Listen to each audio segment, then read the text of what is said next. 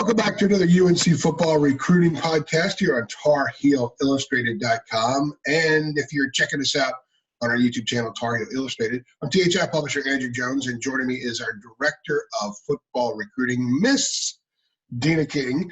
And Deana, the Tar Heels have an enormous football game this weekend. They're taking on the program I believe has become their nemesis, their primary nemesis, and that's Virginia Tech.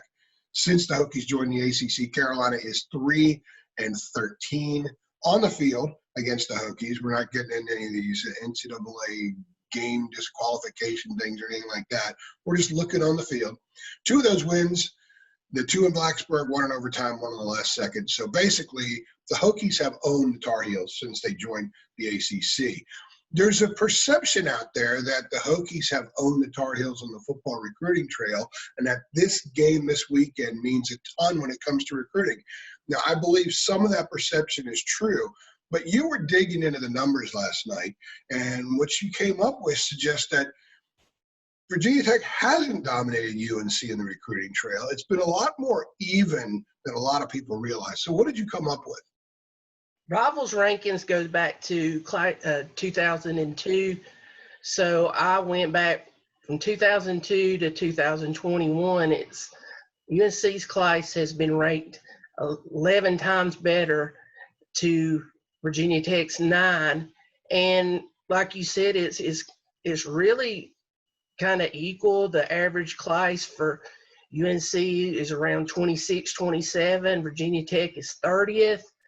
UNC's had a couple of really good classes that help bolster their ranking a little bit better than Virginia Tech. And, of course, Virginia Tech's had a really tough time last year, 85th in the rankings, while UNC was like 12. So, but overall, it's been almost equal, and that's just the trend. You know, you would both teams fight over the same territory and the kids. So it's a nice, healthy recruiting battle. Yeah, when you look, numbers mean a lot, and sometimes they don't tell the whole story. And I think when people see Virginia Tech winning ACC championships and certainly owning the Tar Heels on the field, the instinct, the natural reaction is to think, well, they're just killing them on the recruiting trail too. Well, they've done a good job, and they've done a good job in North Carolina. And we're going to hit on the Tidewater area, Richmond, and Western North Carolina some too. But I think a big part of it, before we dive into the recruiting effect this week, and there is one, the Virginia Tech teams have just been better coached. I mean, Frank Beamer is a legend for a reason. And you think about him, most of this time period, he was at the helm. And it wasn't just him. The continuity in his staff is one of the most impressive things about the Beamer regime at Virginia Tech. Everybody knows about Bud Foster, who stuck around for a few years after Beamer stepped down, but there was a lot of continuity throughout the staff. So they knew what they were doing. Kids, when they got in there, they had a system that was in place. I mean, that was a well-oiled machine. And then you go look at North Carolina. John Bunning was learning on the job in a sense. He did have a couple of good classes, but they weren't coached up the way they needed to be coached up. And then you bring in Butch Davis. We all know what happened there. And even with the talent he brought in, he still never won more than 8 games. And then you had the Everett Withers year, and then Larry Fedora. None of those guys are Frank Beamer. And I know Butch had some really good flare-ups in the past, but he proved he wasn't Frank Beamer. Now you got Matt coming in there. And I believe that it is different now. I believe that North Carolina, the recruiting is at a higher level. The system in place to recruit is much, much more productive and efficient than what they had before. And as a result, and they're also going after the areas that Virginia Tech has had a lot of success before. Tidewater, they're going after some of the kids in Richmond, Northern Virginia, and of course, Western North Carolina. And I think that's what we're already seeing some signs here of UNC having some success. But there's flare-ups with new situations a lot in sports. You know, a lot of coaches come in and there's a bump in interest in the program and energy, and it attracts some kids. Rutgers is even seeing it right now. And then the dust settles, and then we find out really what's going on. That's why I think winning on the field is really important. They got to turn the tide against Virginia Tech, Deana. They got to start winning some games to kind of back up the pitch that's been going on, because it's a great pitch. but you've got to back it up. It can't end up being the same thing that Bunning delivered and Davis delivered and Fedora delivered. When Mac was here the first time, we spoke about it. UNC football was at the highest level it's been. They actually played Virginia Tech after Mac left to go to Texas in that Gator Bowl and just demolished the Hokies 42-3. But and they got Virginia's top recruit in Ronald Curry. But we spoke right after, just basically after that, Virginia Tech started taking off because North Carolina recruited Virginia really well through the Max years and the Dooley era and everything, because you look at some of the best players in North Carolina history, they're from Virginia. But it something changed, the projection.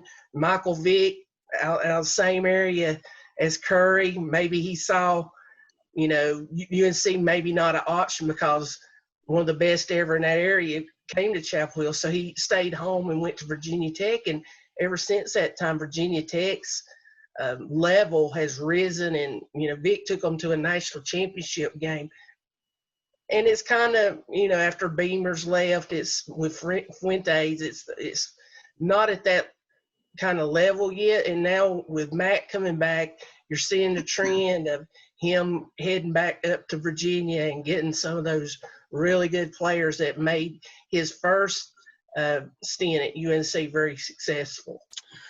Mac often talks about one of the keys in recruiting is making your program the cool place to be. That's one of the phrases that he uses.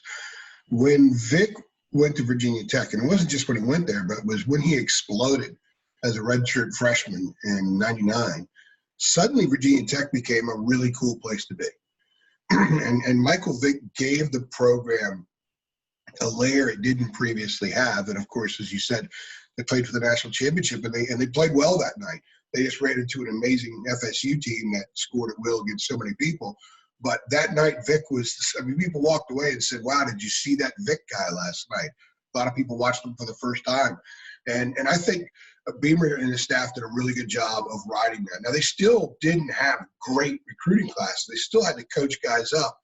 But they were able to get some good kids from North Carolina over the years. And one of their quarterbacks Saturday might be a kid that was your player of the year in North Carolina a few years ago, and Hendon Hooker. So they've continued that. I think now the key for Mac is get more of those kids. And we're starting to see that when you look at the class of 21. They've got quite a few kids from the western part of the state that maybe otherwise would have gone to Virginia Tech. And let me go back even more recently in Dax Hollifield. A lot of Carolina fans thought, well, if we do a rewind here, Gunnar Brewer was the point man on the Dax Hollifield recruitment. He roomed with Dax's dad in college.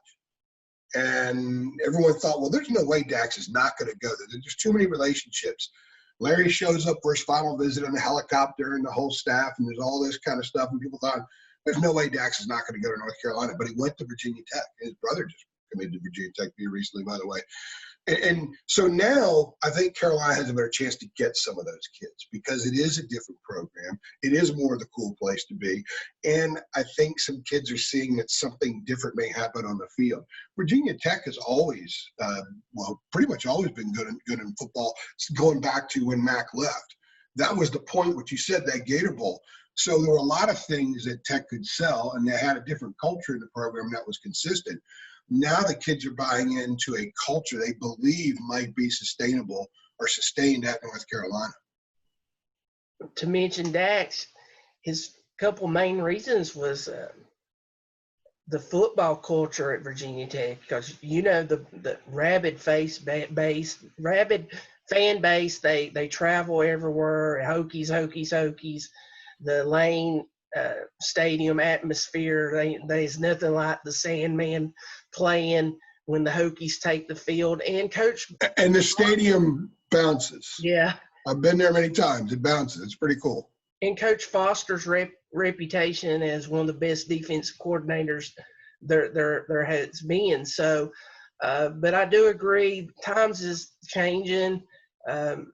Virginia Tech had that slogan one year because they were just cherry picking North Carolina, the VT to the NC to VT slogan that Virginia Tech had, because you know, if you look at the preview podcast, I mentioned about 5 guys that left the state of North Carolina to go to Virginia Tech, and some of those kids, it was a battle.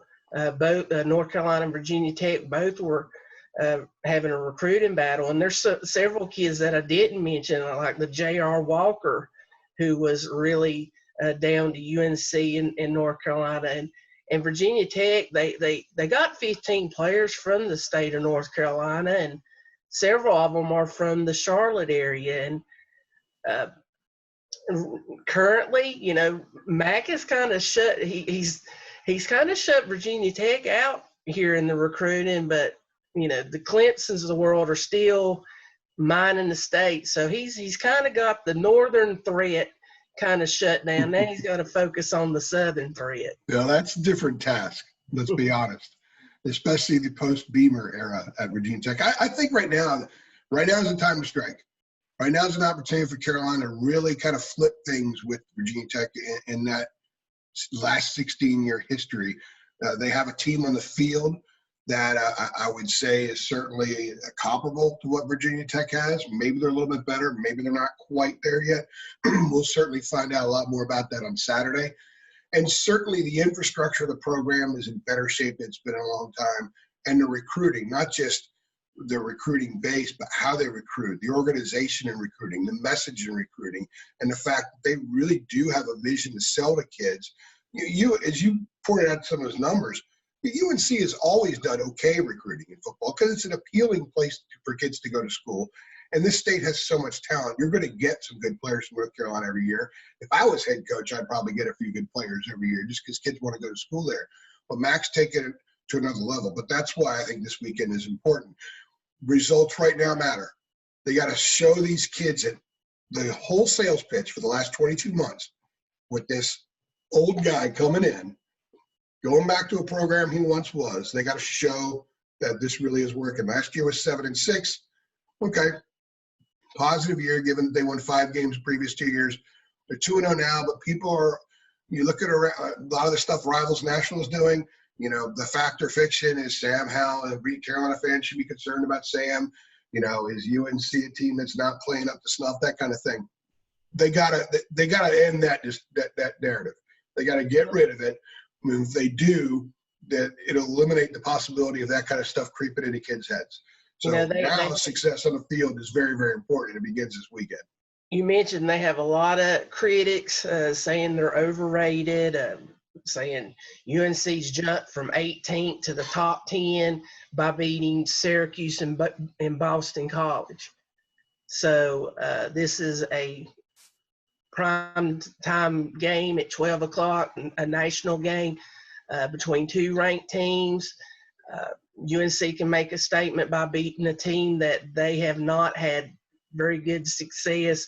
It seems like an eternity ago since Quinshaw Davis made that catch to give UNC their Coastal Division championship. So it should be – I expect a great game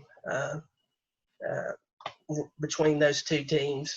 By the way, the questions are legitimate. I mean, you know, they're number 8 in the country. I don't think they've looked like the number 8 team in the country yet. I think if you look at that roster and know the program and the team as well as we do, you could see where that could be the case. They haven't played like the number 8 team in the country yet. A lot of teams haven't. It's early. This weekend is the first time in 44 weeks they will have played in consecutive weekends. I mean, there are a lot of factors at play here. We'll see what the Tar Heels do, and we'll see what the effect is on recruiting. I think the western part of the state is number 1. You got to shut people out.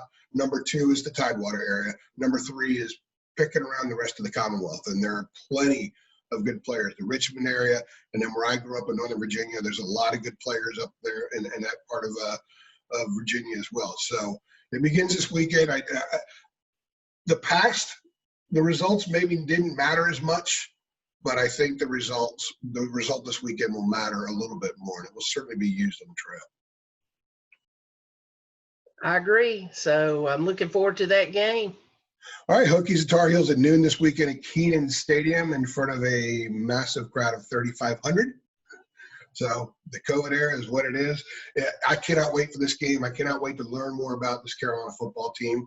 And then you and I, as we talk about in these podcasts, we'll see what the effect is on the recruiting trail. She's Deana King. I'm Andrew Jones. You've been watching and listening to another UNC football recruiting podcast right here on TarHeelIllustrated.com. Don't forget to hit the like button, subscribe, share, do all that good stuff. So every time we upload a video, you get notified. Thanks for stopping by.